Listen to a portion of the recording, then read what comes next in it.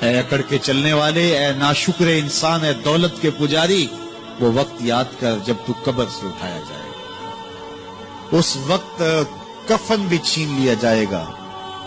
اب سب کو چھین لیا گیا، دولت، بینک بیلنس، تیری جائیدادیں، پلازے، گاڑیاں، گھر، کوٹھیاں، بنگلے، سب کو یہیں رہ گیا، صرف ایک چادر کفن کے لے کے جا رہا ہے۔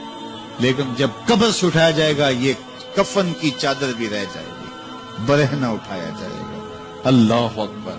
نہ پاؤں میں جوتے، نہ سر پہ پگڑی، نہ بدن پہ کپڑا، برہنہ اٹھایا جائے گا۔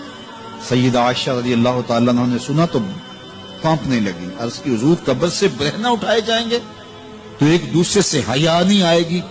فرمایا عائشہ معاملہ اس سے بھی آگے ہے، کسی کو ہوش ہوگی تو حیا آئے گی، ہوش اڑے ہوئے ہوں گے، خوف قیامت طاری ہوگا، قبروں سے یوں لوگ اٹھائے جائیں گے۔ افلا یعلم اذا بوسر ما فی القبور، اب بوسرا کا جو مفہوم ہے، جو ترجمہ اور معنی ہے وہ تو رہے، بوسرا کا جو صوتی آہنگ ہے، جب بولتے ہوئے جھٹکا لگتا ہے تو قبروں سے اٹھتے ہوئے لوگوں کی کیفیت معلوم کرنے کے لیے بوسرا کا صوتی آہنگ ہی کافی ہے۔ افلا یعلم اذا بوسر ما فی القبور وحصل ما فی الصدور، حصلہ کے اوپر جو تشدید ہے، یہ معنی کو کتنی خوبصورتی کے ساتھ ایک مجسم پیکر میں سامنے لا رہی ہے۔ اللہ فرماتا پھر وہ وقت آئے گا جو سینے میں ہوگا وہ تشت ازبام ہو جائے گا۔ آج آپ مجھے نیک سمجھتے ہیں، میں آپ کو اچھا سمجھتا ہوں، لیکن میرے سینے کے اندر کیا چل رہا ہے یہ آپ کو نہیں پتا۔ یہ میں تقریر چہک چہک کے کر رہا ہوں، اس کے پیچھے کیا ہے؟ میں آپ کے دل اپنی جانب موڑنا چاہتا ہوں، آپ کی جیبیں خالی کرنا چاہتا ہوں، یا میں آپ کے سامنے پاک اور ستھرا اور بڑا جو ہے وہ نیکوکار بننا چاہتا ہوں، یا میرا مقصد رضائے الہی ہے؟ یہ مجھے پتہ ہے، آپ کو نہیں پتا۔ آپ کہاں ہیں، کہاں کھڑے ہیں، میں آپ کو اچھا سمجھتا ہوں، لیکن آپ کو پتا ہے کہ ہم کہاں کھڑے ہیں۔ لیکن قیامت کے دن یہ ساری چیزیں سامنے آ جائیں گی۔ وَحُصِّلَ مَا فِي الصُّدُورِ، اور سورہ الطارق میں فرمایا یوم تبلی السرائر فما لہ من قوت ولا ناصر، اس دن سارے راز کھول دیے جائیں گے اور کوئی طاقت نہیں ہوگی جو ان رازوں کو کھلنے سے روک سکے۔ آج طاقتور کی بات نہیں کھلتی اور کمزور کی بات اچھال دی جاتی ہے، لیکن وہ وقت آنے والا ہے یوم تبلی السرائر فما لہ من قوت ولا ناصر، نہ زور کے بل پہ، نہ زر کے بل پہ، نہ کسی اور بل پہ کسی کام کو روکا جا سکے گا، ہر شے تشت ازبام ہو جائے گی۔ وہ کتنا سخت دن ہوگا۔ اے داور حشر میرا نامہ اعمال نہ پوچھ، اس میں کئی پردہ نشینوں کے بھی نام آتے ہیں، تو وہ کتنا سخت دن ہوگا۔ وَحُصِّلَ مَا فِي الصُّدُورِ إِنَّ رَبَّهُمْ بِهِمْ يَوْمَئِذٍ لَخَبِيرٌ، بے شک ان کا رب اس دن ان سے خوب باخبر ہوگا۔ وہ آج بھی باخبر ہے، لیکن آج کئیوں کو یقین نہیں کہ وہ باخبر ہے، لیکن اس دن سب کو یقین ہو جائے گا کہ میرا رب اس سے باخبر ہے۔ جب پرانی تصویریں چلنا شروع ہو جائیں گی، جب ساری ویڈیو سامنے آ جائے گی، زندگی میں جو جو کیا، تنہائی میں، اعلانیہ، خفیہ، جہاں جہاں جو کیا، داد عیش دی، سب کچھ تشت ازبام ہوگا، سب کچھ جو ہے وہ سکرین پہ چل رہا ہوگا، کوئی چیز بھی تشت ازبام ہونے سے نہیں رہ جائے گی۔ تو پھر بندہ کہے گا اوہو یہ تو سب میرے مالک کو پتا تھا، لوگوں کی نظروں سے چھپ سکا، رب کی نگاہوں سے تو نہیں چھپ سکا، اس کی نگاہوں سے کون چھپ سکتا ہے؟ یہ یقین آج اپنی روحوں میں اتار لو، اچھی طرح سے جذب کر لو۔ گناہوں سے بچنے کا اکثیر نسخہ ہے یہ یقین کہ میرا رب مجھے دیکھا۔ یہ یقین جب روح میں جم جائے، خیالوں میں اتر جائے، اعتقاد کا پختہ حصہ بن جائے، پھر بند کوٹڑی میں بھی جرم نہیں ہو سکتا کہ میرا مالک تو مجھے دیکھ رہا ہے۔ آپ دیکھتے نہیں کہ جب ساتوں دروازے بند کر کے بت کے اوپر موٹا کپڑا ڈال کے زلیخا بولی ہے تلک، یوسف اب تو آ جاؤ نا، اب تو کوئی نہیں دیکھ رہا، قال معاذ اللہ، تو جناب یوسف نے کہا میں اللہ کی پناہ میں آتا ہوں۔ اللہ اکبر، تو دروازے بند کر کے لوگوں کی نظروں سے چھپ گئی ہے، اور بے نور آنکھیں رکھنے والے اس پتھر کے بت سے بھی حیا کرتی ہے اور اس پہ بھی پردہ ڈال لیا ہے۔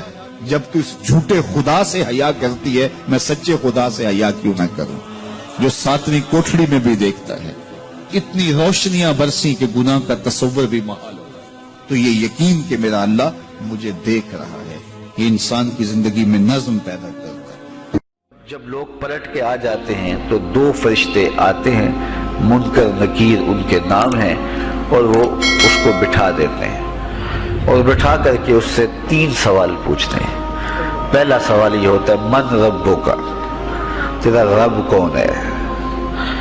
اب کوئی مانے یا نہ مانے، رب تو سب کا اللہ ہی ہے، یہ تو حقیقت ہے، یہ تو طے شدہ ہے، لیکن جو عقیدہ دنیا پہ رہا ہوگا وہی عقیدہ اس کے لہجے میں آئے گا۔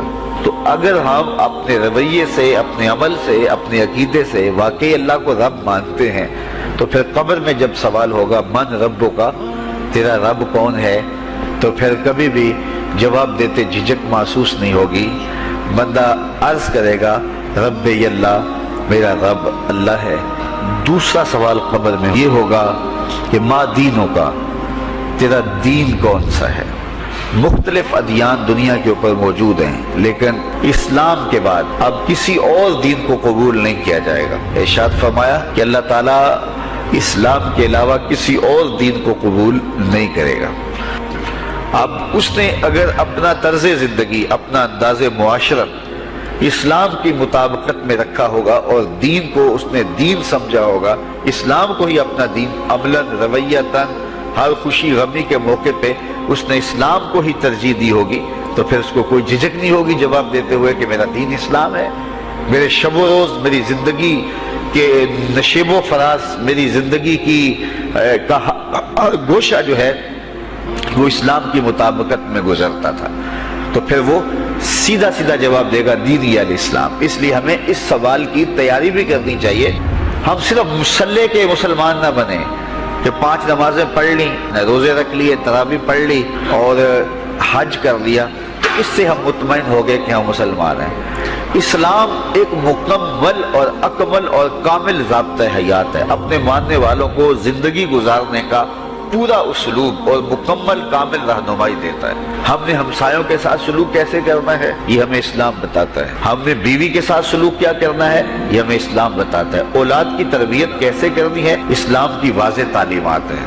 ہم نے سفر کرنا ہے تو انداز سفر کیا ہونا چاہیے اسلام نے ہمیں بتایا۔ کاروبار کرنا ہے تو ہمیں اللہ اس کے رسول نے واضح 2 ٹوک اور سیدھے سیدھے احکام دیے ہیں کہ تم جب کاروبار کرو تو تم اس انداز کے ساتھ کاروبار کرو، کم نہیں تولنا، کم نہیں ناپنا، جھوٹی قسم نہیں کھانی، سود نہیں لینا، ملاوٹ نہیں کرنا، ایک ایک چیز وہ اسلام نے ہمیں فراہم کی ہوئی ہے۔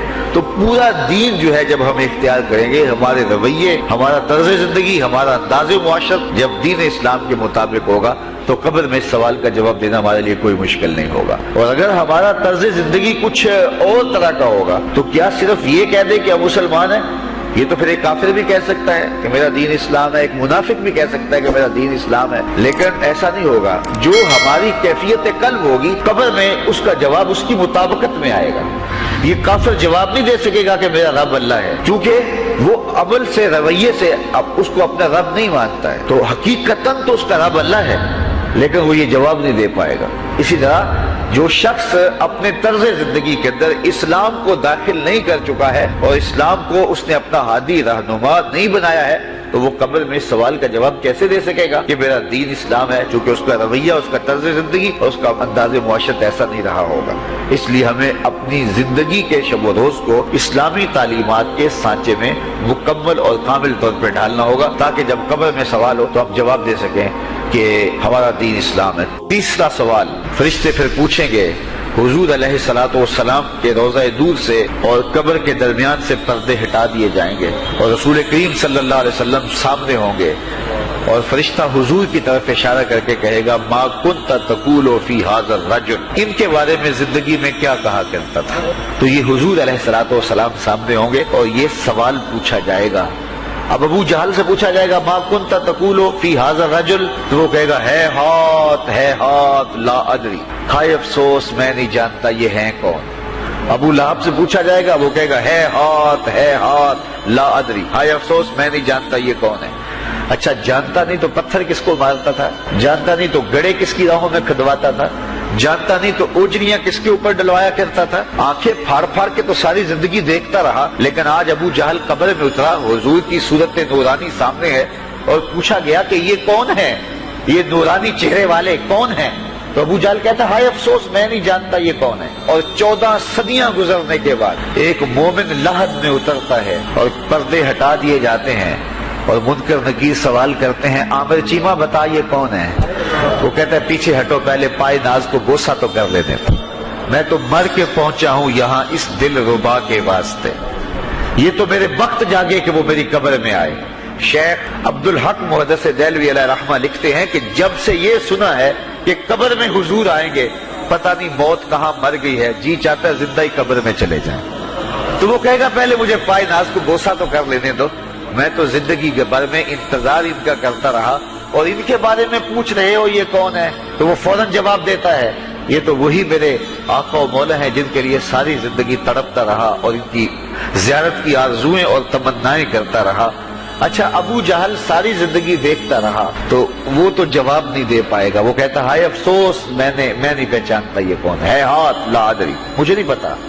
اور 14 صدیاں گزرنے کے بعد ایک مومن لحد میں اترتا ہے تو وہ فوراً کہتا ہے یہ تو وہی ہیں جن کے لیے زندگی گزار آیا۔ تو جس نے دیکھا تھا وہ پہچان نہیں سکتا، اور صدیوں بعد جو دنیا کے اوپر آیا وہ فوراً پہچان بھی رہا ہے اور پائے ناز کو بوسے بھی کر رہا ہے۔ تو پھر اس کا کیا جواب ہوگا؟ تو اس کا جواب علامہ اقبال علیہ رحمہ نے دیا۔ وہ کہتے ہیں قبر میں یہ جو آنکھیں ہیں ان میں تو مٹی پڑی ہوگی، یہ تو بند ہوگی، دل کی آنکھیں کھلی ہوں گی۔ ابو جہل نے ان آنکھوں سے دیکھا تھا، یہ آنکھیں تو اب کھلی نہیں ہیں، تو ان سے وہ کیسے پہچانے گا؟ اور دل کی آنکھوں نے حضور کو دیکھا ہی نہیں تھا۔ اور یہ صدیوں گزرنے کے بعد جو مومن لحد میں اترتا ہے اس کی گو ان آنکھوں نے نہیں دیکھا تھا، لیکن مومن کے دل میں حضور ہی بستے ہیں، اس لیے اس کی آنکھوں نے، دل کی آنکھوں نے حضور کو دیکھا اور پہچان لیا، اس لیے کہ دل کی آنکھوں نے حضور پہلے بھی دیکھے ہوئے تھے اور دل آرزو میں مچلتا رہا، اس لیے دل کو پہچاننے میں دیر نہیں لگی۔ تو وہاں یہ آنکھ بھی پہچانے گی، یہ آنکھ پہچانے گی۔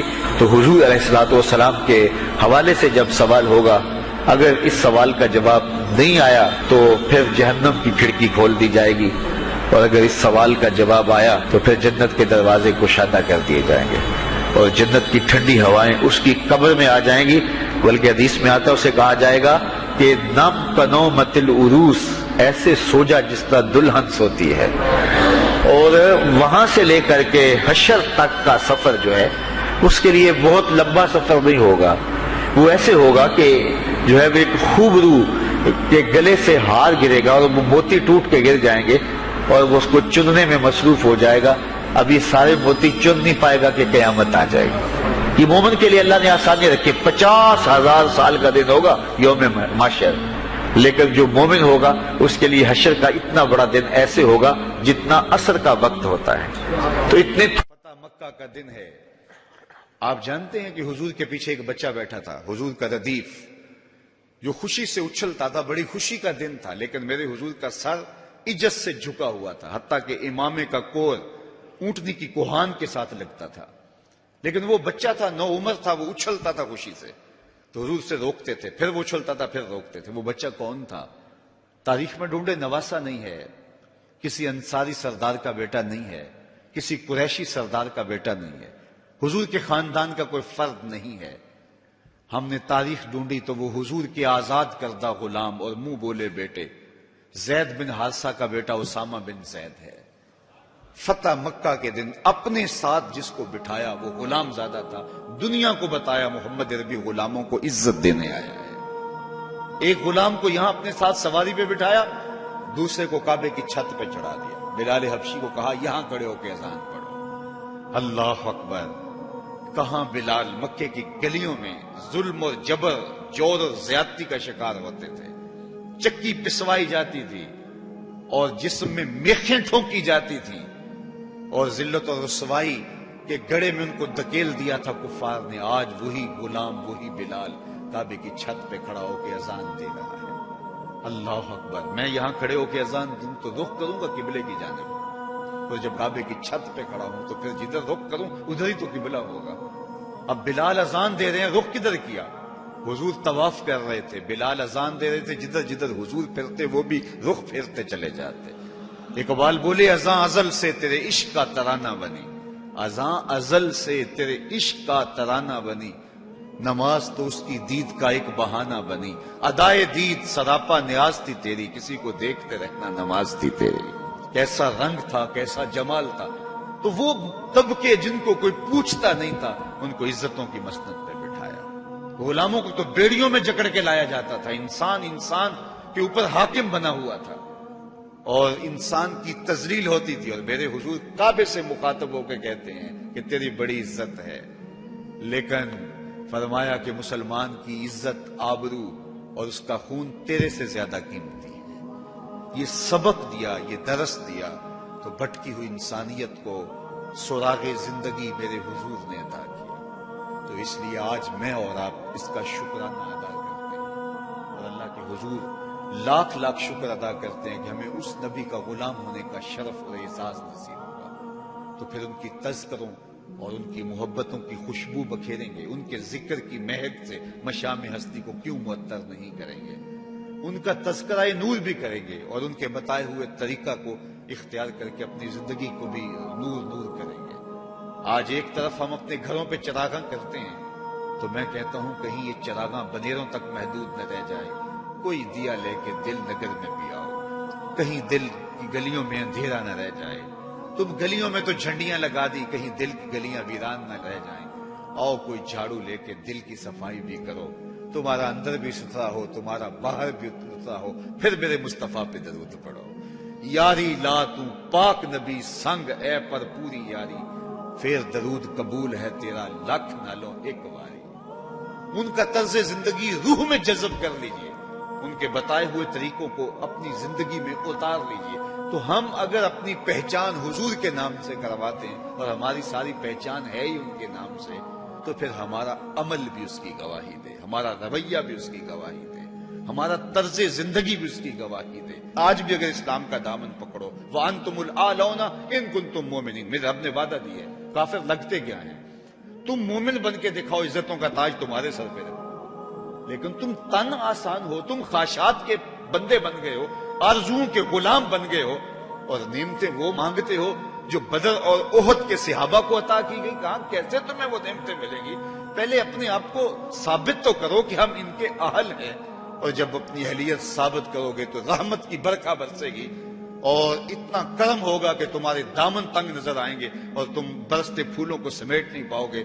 لیکن افسوس کہ تم طلب وہ کرتے ہو، وہ ایک بڑا معروف جملہ ہے کہ لوگ جو ہے وہ زندگی یزید کی جینا چاہتے ہیں اور موت حسین کی مانگتے ہیں۔ صاحب ایسا نہیں ہوتا، اگر حسین ابن علی جیسی زندگی گزاریں گے تو پھر ان کے مراتب رفیع کا حصہ نصیب ہوگا، لیکن اگر ہم اپنی خواہشات کی زندگی گزاریں گے اور کہیں گے کہ ہم چونکہ مسلمان ہوتے ہیں لہذا ساری نعمتیں ہمیں دی جائیں، ہم جھوٹے ہیں، ہم مکار ہیں، ہم 2 نمبر مال بیچتے ہیں، ہم جو چاہیں کریں، ہم وعدہ خلافی کریں، لیکن ساری عزتیں ہماری جھولی میں ہونی چاہیے، مسلمان جو ہوتے ہیں، لیکن ایسا نہیں ہوتا۔ اس کا وعدہ ہے تم مسلمان عملاً بن کے دکھاؤ، عزتوں کا تاج تمہارے قدموں تلے ہوگا۔